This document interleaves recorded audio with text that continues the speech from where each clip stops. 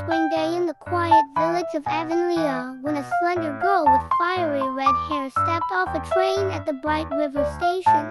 She was 11 years old, wearing a too large dress and carrying all her belongings in a shabby carpet bag. Her heart raced with anticipation. For the first time in her life, she was being adopted not out of pity or necessity, but to be part of a family. Matthew Cuthbert, a shy and gentle farmer, approached nervously. He and his sister Marilla had sent for an orphan boy to help with the chores at Green Gables.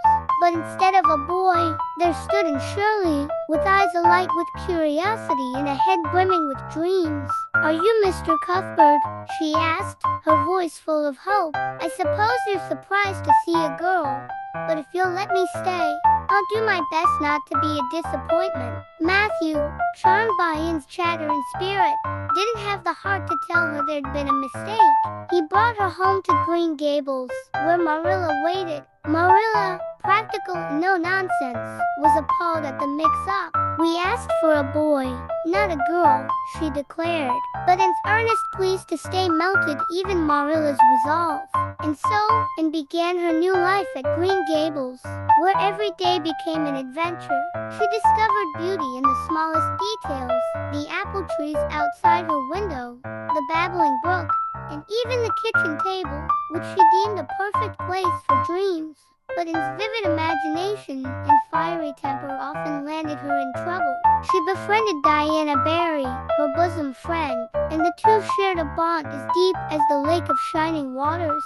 Yet Anne also made an enemy in Gilbert Blythe, the charming schoolboy who teased her about her red hair by calling her carrots, and, furious, cracked her slate over his head and vowed never to speak to him again. Anne's escapades were both comical and touching. She dyed her hair green in an attempt to turn it raven black, accidentally got Diana drunk on currant wine, and once mistook liniment for vanilla while baking a cake. But her mistakes were always guided by a heart that wanted to bring joy and love to those around her. As Anne grew, she became more than just a dreamer. Her intelligence and determination earned her a scholarship to Queen's Academy. Though Avonlea was proud of her, tragedy struck when Matthew passed away, leaving Marilla grieving and struggling to manage Green Gables on her own. Green Gables became more than a home. It was a sanctuary, a place where Anne learned the value of family, hard work, and love.